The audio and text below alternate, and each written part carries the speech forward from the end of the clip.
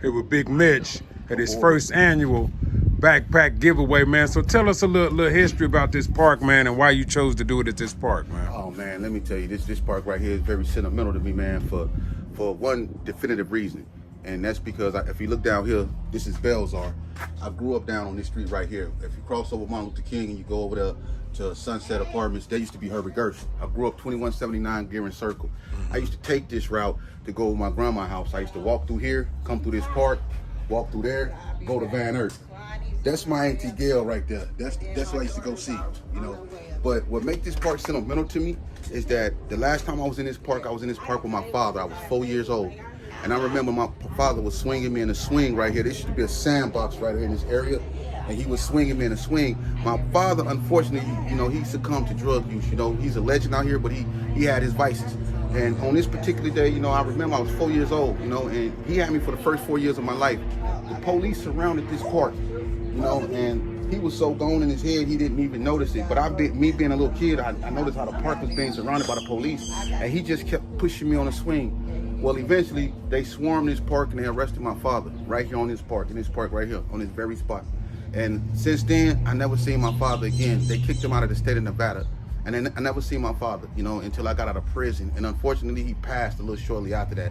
So rest in peace. How long was that span from that incident to when you seen him again? Well, I was 4 years old when they took him. I didn't see my father until I was 47. God. That's the last time I see my father, and it was at one of my auntie husband's funerals. But unfortunately, you know, he passed away shortly after that. But he gave me the closure I need. But a child, you know, who only knew his father for the first 4 years of his life, to see him snatched from him and not knowing what's going on and never to see him again, it had a traumatic effect on my mental, man. And it caused me to make, you know, I'm not making no excuses, but all I knew was my father. And when they took it, I went in a shell. I closed down. I became depressed.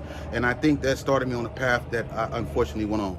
But I'm doing the right thing right here, and I know I'm doing the right thing because I'm changing the narrative. Right. They took something from me, and I'm gonna stand right here today, and I'm gonna give something back. Give something back. You know, and that's because God put it on my heart. Right. You know? I grew up over here in this area, even though I'm from across the street, but I consider this my family too. So in the name of my father, we out here, we giving out backpacks. If you got kids, if you have youth out here, bring them out here, man. You know, and if you're a father, you know, spend time with your child, because, you know, we can give them backpacks, we can give them shoes, we can give them everything, but the most priceless thing you can ever give a child is time.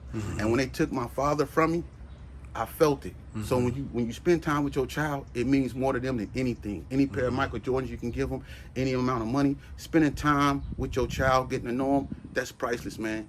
Be a real man. Absolutely. Raise your seeds. Absolutely. Big Mitch, the horror flick, Super 6. Dig a ditch. Shit, man. Going back. Ain't nobody paying attention, man. No, they not. And that's sad because it's going to take us to really get before they do. Yeah. You know, But you know what it is? We've been too comfortable for so long. Man. And it's sad. We at our closest when we uncomfortable. Absolutely. You know what I'm saying? I think So, man, everything you say, man, I believe that shit though, man. You know what I'm saying? I just believe, you know, that we as a people, and not just a people, but a race, as young black men, got to start, you know, realizing how precious life is and quit taking it for granted. And I think that we have to get back into what we were brought up under, me and you, even though we come up in a different era than what it is now. Yeah. We grew up where, you know, families actually paid attention to their children, you know, and they towed the soil, you know. Yeah, and we had, a lot of us had fathers, mothers that really cared about what we done, and they tried their hardest to keep us out of the street. We got to get back to that mindset. Oh, definitely. You know what I'm saying? Yeah. Showing these children that they're worthy of living and stuff like that, man. And then I think maybe when we do that, you know, other people, you know, from other races and other communities will see the respect that we have for one another, and they'll think twice about coming over here or even doing something that, you know, we wouldn't, you know, recommend. We ain't gonna allow that shit. Yeah, exactly. Yeah. And I think things will fall in place on its own if we defeat the inner demon instead of quit focusing on the outer demon. We got more in common than not. You know what I'm saying? Yeah, I'm real so proud talk. of you Real and talk. Juan, man, for coming up out of that, man, because I'm gonna tell you something. A lot of young black men, and you know that, you can attest to this, because a lot of people where you come from, where I come from, and where Bun come from, they didn't make this journey, man. And for you to come up out that mindset, man, and you and him to get jobs, man, and that's what it's about. See, y'all prime examples, without saying nothing, how people can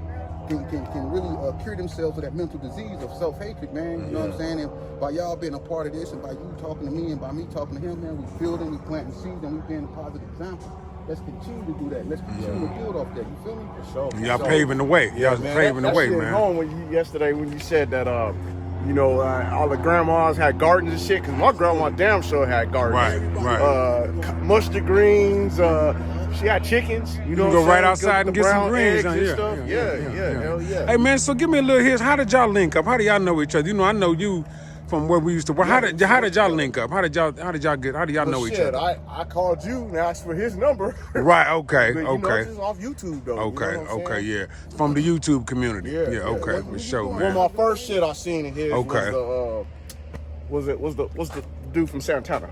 Oh, Melly Mel. Yeah, Melly Melly Mel. Mel. Okay. See, Okay. Because I had watched them and shit because I fuck with Lowrider, so Okay. I follow his homeboy Gangster, you know what I'm saying? Okay, And I knew okay. that dude Mel was his homeboy, and then I was Okay. like, then Bond said, hey, check this dude out right here, Okay. which is him. And I was like, shit, it's been on ever since. I don't miss a fucking episode. Solid, you know I what I'm know. saying? Solid, man. Appreciate that YouTube community. Yeah, that's how. When he approached me, you know, it was a no-brainer for me, you know, because like I said, and I, you know, from you working with me, it's a no-brainer, man. When people is for the solution and not the problem, I'm gonna stand next to him. You know what I mean?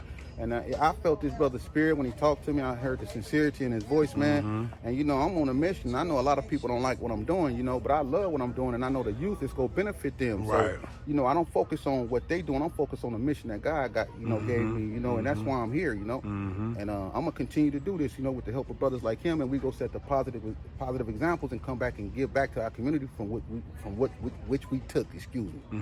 You know, so that's why we out here doing this, man. You know what I mean? And everybody that's with this, they can come out here and join us, man.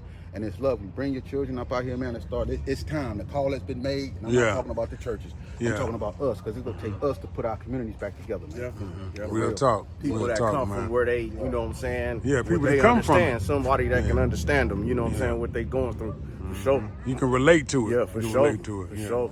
Definitely. We need to start doing this, man. Instead of throwing football games, let's start focusing on the youth, man, and let's start bringing them up, man, so we can lead them some other than ruins, man. Because when I was coming up, man, after it was all said and done, I look back at Herbert Gershon and what it wasn't nothing but broken glass, spray paints, and boarded up buildings. You know, and that's what we left the youngsters to inherit. So of course their attitudes is gonna be desolate, just like the area. You know what I'm saying? So we got to bring vitality back to our communities, man, and that start with the thinking.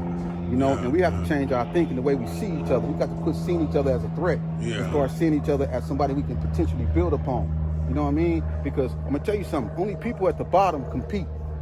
People at the top, they collaborate. Right. And that's what we need to start doing, That's what they do. Collaborate against our ass. That's Right, what they right, do. right, So they can right. get more money. You know what I'm saying?